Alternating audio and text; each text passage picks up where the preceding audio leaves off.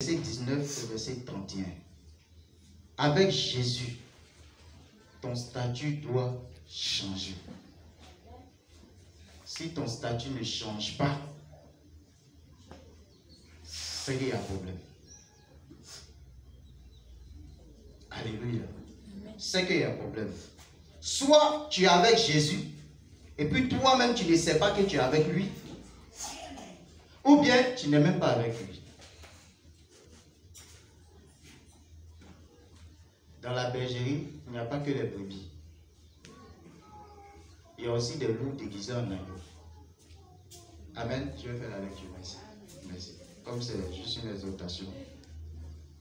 Que le nom de l'Éternel soit béni. Amen.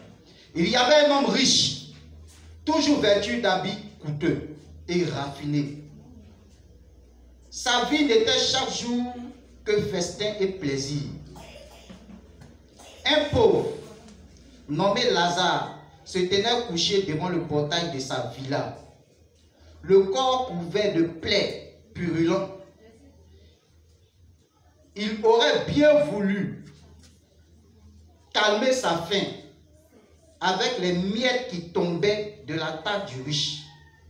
Les chiens même venaient lécher ses plaies. Le pauvre mourut et les anges l'emportèrent auprès d'Abraham. Le riche mourut à son tour et on l'enterra. Du séjour des morts où il souffrait cruellement, il leva les yeux et aperçut très loin Abraham et Lazare à côté de lui. Alors il s'écria: Abraham, mon père, aie pitié de moi. Envoie donc Lazare qui trempe le bout de son doigt dans l'eau et me rafraîchisse la langue, car je souffre horriblement dans ces flammes. Mais Abraham lui répondit: Mon fils, souviens-toi de combien de bonnes choses tu as joui pendant ta vie, tandis que Lazare n'a connu que des malheurs. À présent, ici, c'est lui qui est consolé, tandis que toi, tu es dans les tourments. De plus, il y a maintenant un immense abîme entre nous et vous. Et même si on le voulait, on ne pourrait le franchir pour aller d'ici vers vous, ni le traverser pour venir de chez vous ici.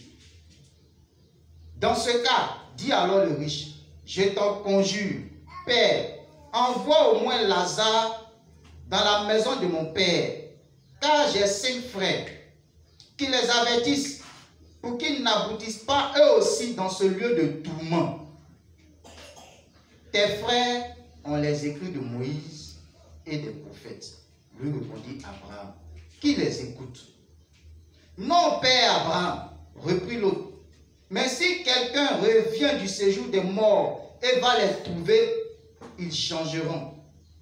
Mais Abraham répliqua: s'ils n'écoutent ni Moïse ni les prophètes, ils ne se laisseront pas davantage convaincre par un mort revenant à la vie. Parole du Seigneur Tout-Puissant. Là-bas, on dit: nous rendons grâce à Dieu. Vous n'avez pas fait catholique. Alléluia. Amen. Ma version est un peu différente de votre version, mais je pense qu'on s'est compris. Amen. On nous parle d'un riche. Dis à ton voisin: le riche. Le riche. On nous parle d'un pauvre. Dis à ton voisin: le pauvre. Le pauvre. Les gens ont l'habitude de dire pauvre à tort. Alléluia. Amen. La Bible dit que le pauvre était couché devant le portail de la villa du riche. Qu'est-ce qu'il faisait là-bas? Alléluia. Qu'est-ce qu'il faisait là-bas? Il n'est pas le gardien. Mais dans la version Louis Sugon, on dit: désireux de se rassasier des miettes qui tombent de la table du riche. C'était ça son ambition. C'était le désir le plus ardent de son cœur. Le riche menait sa vie sans se soucier de Dieu. L'un est mort, après l'autre a suivi. Alléluia. La Bible dit sein d'Abraham. Pour ceux qui ne comprennent pas, je vais vous apporter une explication. Et le riche s'est retrouvé dans le séjour des morts.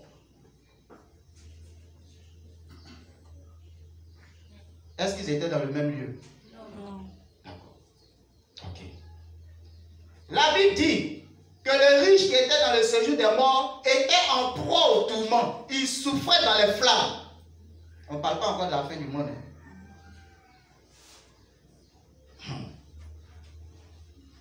Il lève la tête. Il voit Abraham au loin.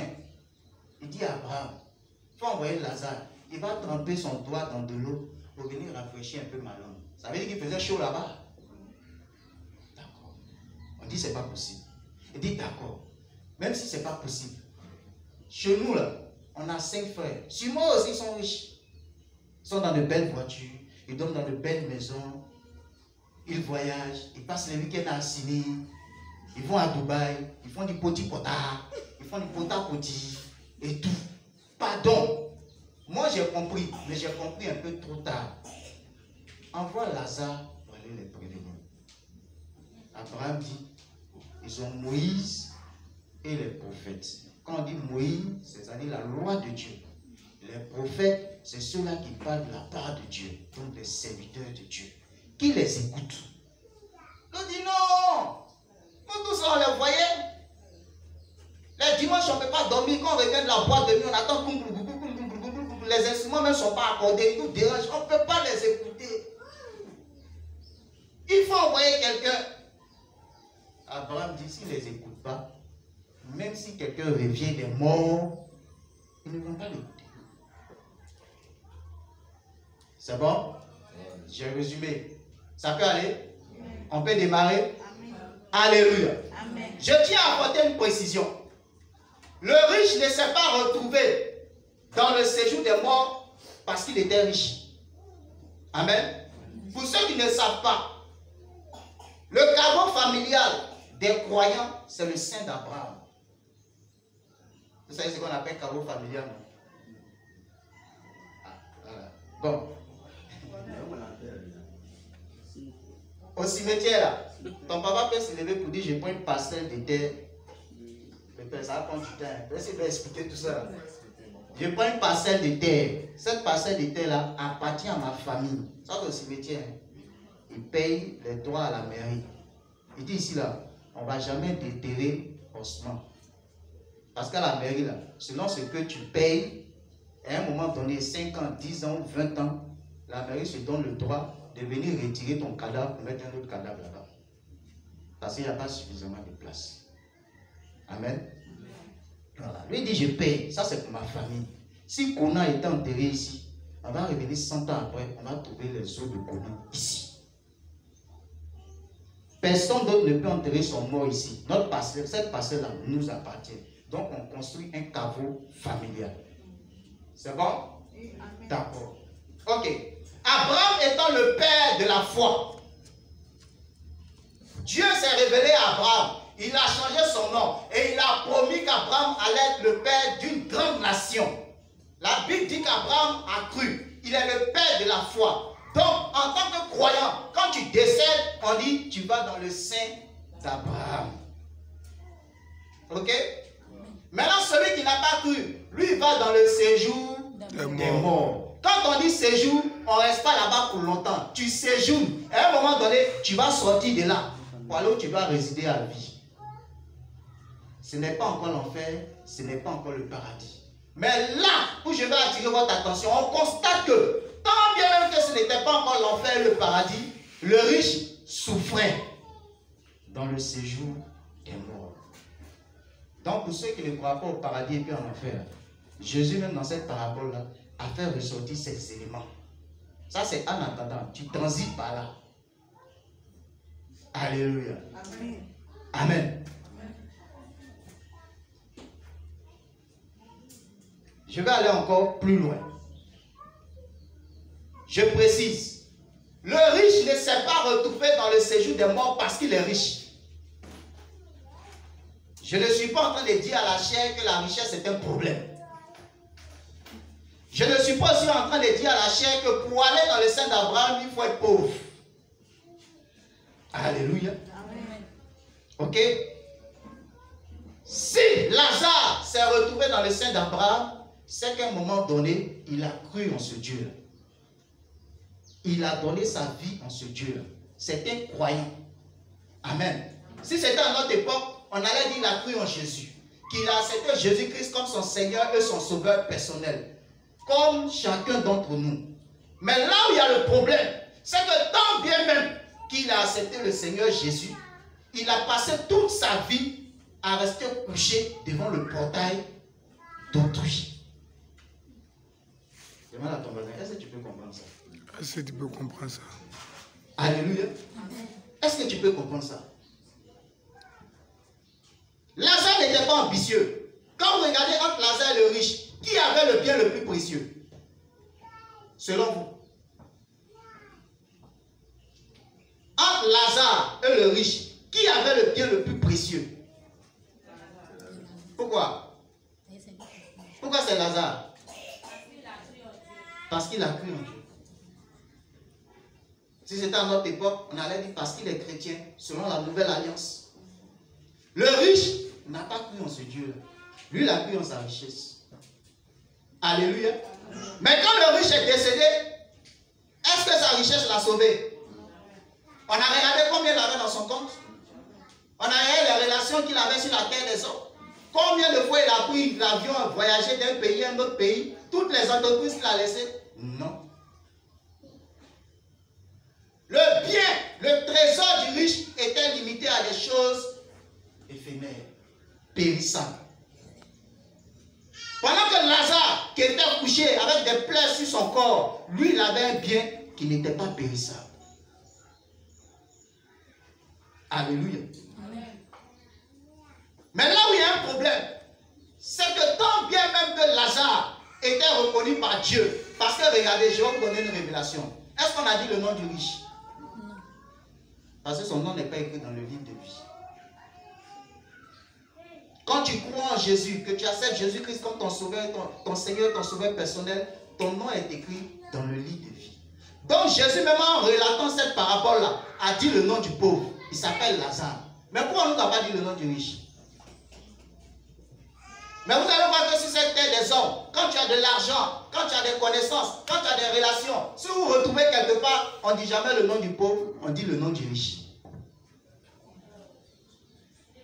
Mais avec Dieu, ce n'est pas comme ça. Donc Lazare avait de la valeur devant Dieu. Peu importe ce que les gens pensaient de lui, lorsque les gens pensaient sur cette route, Lazare était précieux aux yeux de Dieu. Lazare signifie en hébreu El Hazar, qui signifie Dieu m'a recueilli. Alléluia. Amen.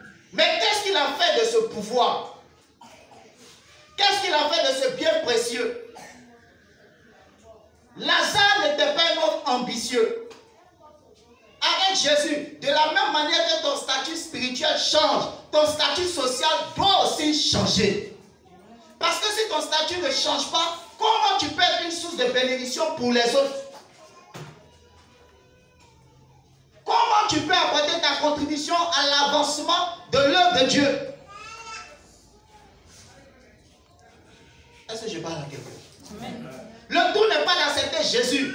J'ai un problème avec ces personnes qui disent non, tu as accepté Jésus, le plus important c'est d'aller au ciel. Si le plus important était d'aller au ciel, Jésus allait attendre, ou Dieu allait attendre la veille de ta mort pour se présenter à toi. Et puis tu l'acceptes, tu vas en même temps au ciel. Mais quelqu'un qui doit vivre jusqu'à 85 ans, et puis à 15 ans, il rencontre le Seigneur, il a encore 70 ans à vivre. Et il doit mettre cela à profit pour le royaume de Dieu. Alléluia. Donc tu ne peux pas avoir Jésus et puis être à la traîne. Tu ne peux pas avoir Jésus et puis être médiocre. Tu ne peux pas avoir Jésus et puis ton seul désir, c'est de déguster les miels qui tombent de la table des riches.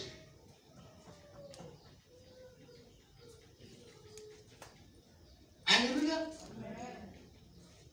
Pendant que ceux qui n'ont pas Jésus essaient de voir comment acheter des jets privés, toi qui as Jésus, tu vas dans un magasin qui essaie de voir la chaussure où la semelle est très dure. Parce que tu sais que tu vas parcourir des kilomètres à pied. Pourquoi?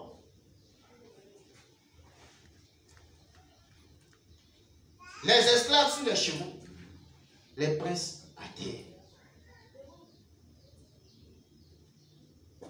que je parle à quelqu'un? Tu vois des enfants de Dieu, tu vois des serviteurs de Dieu, tu n'as pas envie de les suivre à l'église. Pourquoi?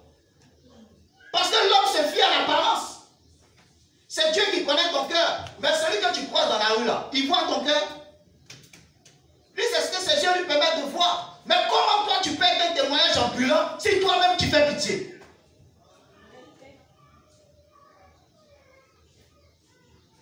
Mais alors, quel est le travail du Saint-Esprit dans nos vies? Quel est le travail de Jésus dans nos vies? Voilà.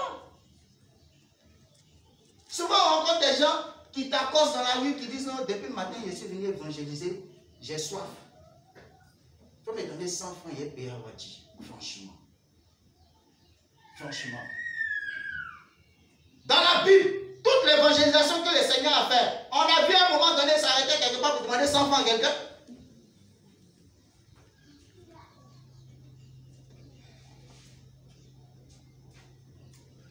Amen. Avoir Jésus dans sa vie ne t'empêche pas de travailler. Avoir Jésus dans sa vie ne t'empêche pas d'être productif. Si tu veux, Dieu te donnera l'intelligence et la force nécessaire. Avoir Jésus dans ta vie ne t'empêche pas d'être excellent. Tu seras non seulement une source de bénédiction pour l'œuvre de Dieu, mais une source de bénédiction pour ta famille.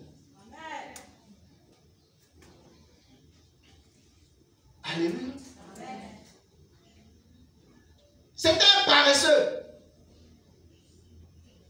Il ne voulait pas payer le loyer. Donc il dort devant le portail de l'autre. Lui, il ne cherche pas à couper briques. Le loyer même, il ne veut pas payer. Il a trouvé sa place devant le portail de celui qui a coupé ses briques. Ça, c'est un. Deux, il n'a pas envie d'assurer le popote. Donc, il attend qu'on vide la nourriture dans la poubelle. Lui, il se sert. Si quelqu'un a pris son eau, il reste un peu, lui, il prend, il boit. Il ne paye pas le loyer. Il n'assure pas popote. Il ne paye pas l'eau. Il ne paye pas l'électricité. Devant le portail, il y a la lampadaire. Il a tout gratuitement. Mais il a Jésus. Comment tu peux voir que Dieu bénit si tu ne fais rien de tes 10 doigts? Comment? Comment? La main qui donne est toujours au-dessus de la main qui reçoit. La Bible dit qu'il y a plus de plaisir à donner qu'à recevoir. C'est tellement intéressant qu'on dit croisade d'évangélisation. Et puis tout le peuple se lève et dit, ah, il faut un budget de combien? Non, 1 million, ça ne ferait personne. D'accord, on est combien? Chacun donne 10 000, 10 000, 10 000, 10 000, 10 000. À raison de 100 personnes, ça fait combien? À raison de 100 personnes, 10 000, ça fait combien? 1 million. Ça fait 1 million. Parce que 1 million, c'est l'argent. La croisade est maintenue. Dieu est glorifié. Les malades sont guéris. Les captifs sont libérés. Dieu ajoute des âmes sauvées à l'église. Là où tu as pris tes 10 000, tu vas voir que la même semaine après la croisade, c'est comme si on a soufflé. Tes recettes montent. Des opportunités se présentent à toi juste parce que tu as semé 10 000 pour le règne de Dieu. Demande à ton voisin, réveille-toi. Réveille-toi. Alléluia. Beaucoup viennent à l'église, mais veulent se servir de Dieu. Voilà le problème. Le Seigneur nous a appelés afin que nous soyons des ambassadeurs de Christ. Mais au lieu d'être des ambassadeurs de Christ, on veut plutôt des militants du monde du diable.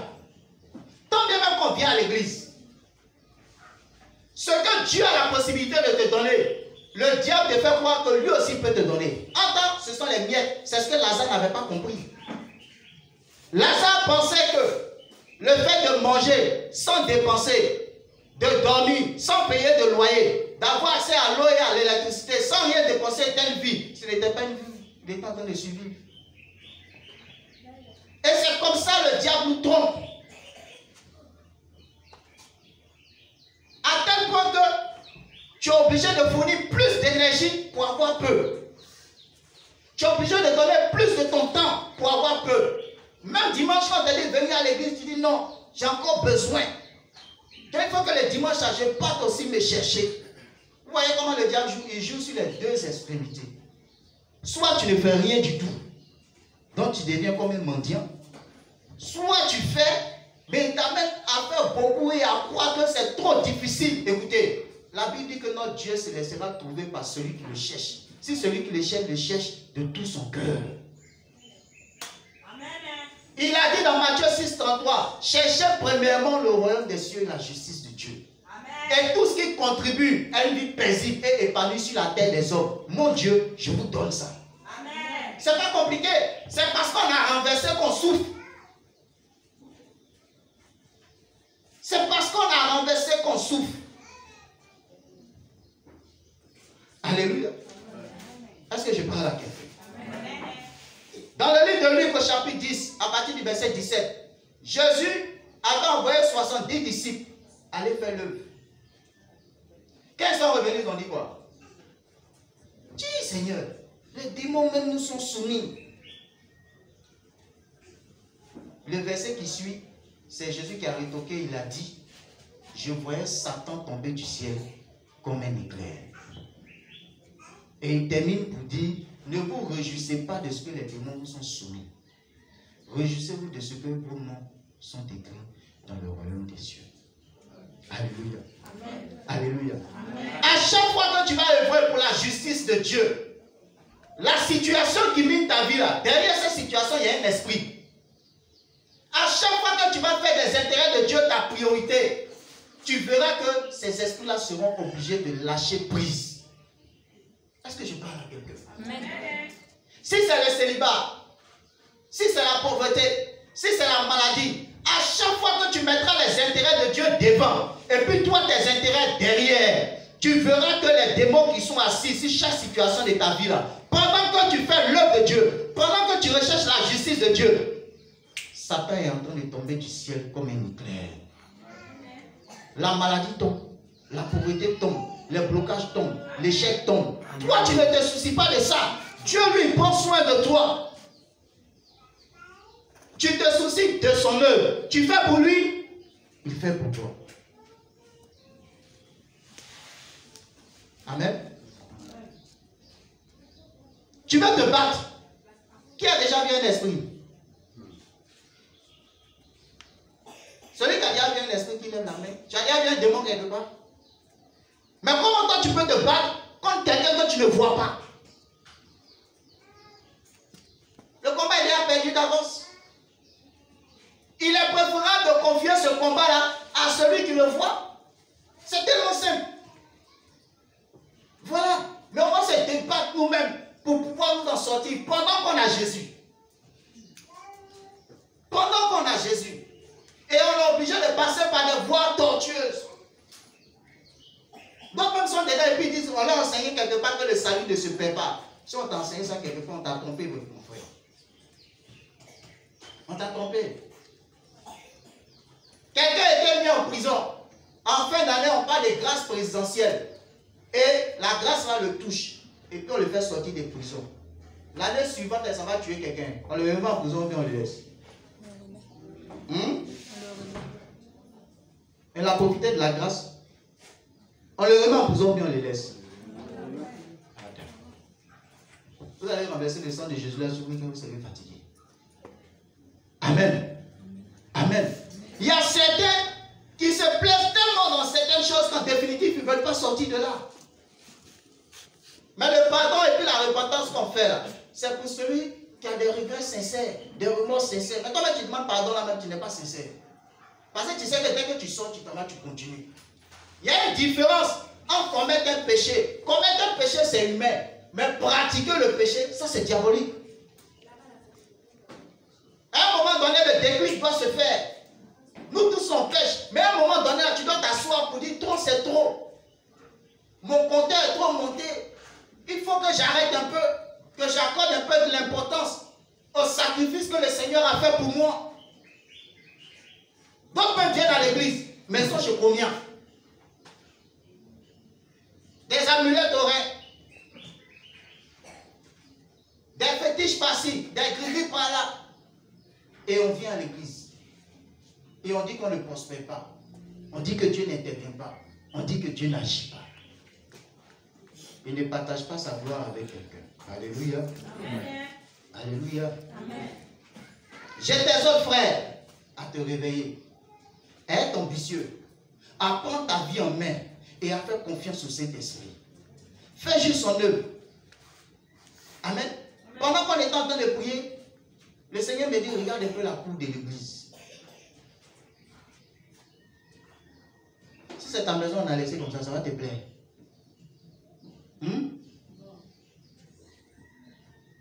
Je pense que maintenant on va faire passage au goudron là-bas.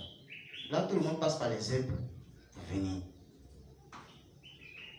Passer par ici, là, c'est un peu pauvre. Donc tu vas dire sûrement tu ne vois pas, mais tu vois. Mais tu sais pourquoi tu as l'impression que tu ne vois pas? Parce que tu ne te poses jamais la question de savoir qu'est-ce que je peux faire pour faire plaisir à Dieu. C'est tout. Si tu te réveilles chaque matin et que tu finis ta prière, tu demandes au Saint-Esprit, qu'est-ce que je peux faire en cette journée pour te faire plaisir? Tu vas voir, tu vas commencer à entendre la voix du Seigneur. Mais quand toi tu te réveilles, c'est les lamentations et les supplications. Il n'y a rien à manger. Mes enfants doivent aller à l'école. Je sens encore les bobos. Je suis malade. Je ne sais pas comment il a fait pour payer mon loyer. Tu égrènes ton chapelet de problèmes. Amen. Amen. On ne va pas faire long. Ce qui est court. Je prie que chacun de nous arrive à jouir de ses droits en tant qu'héritier de Dieu. La Bible, on a dit Ancien Testament et puis Nouveau Testament. Pour ceux qui ont fait le droit, le testament n'est valable que lorsque le testataire est mort. Jésus est mort ou bien n'est pas mort. Bon, quand on dit qu'il t'a tout réservé, tout ce que tu recherches sur la terre, c'est ici. Mais même si ton père était multimilliardaire, on te dit c'est toi qui as pris l'héritage. Tu ne prends jamais la peine d'ouvrir le testament pour savoir ce qu'il t'a laissé. Tu veux voir comme un clochard, n'est-ce pas? C'est ce que les chrétiens font. On va négocier avec le diable alors que notre Père nous a tout laissé. Ce que le diable nous propose là, ça nous appartient. Mais il joue sur notre ignorance. Voilà. C'est bon. Que Dieu nous bénisse.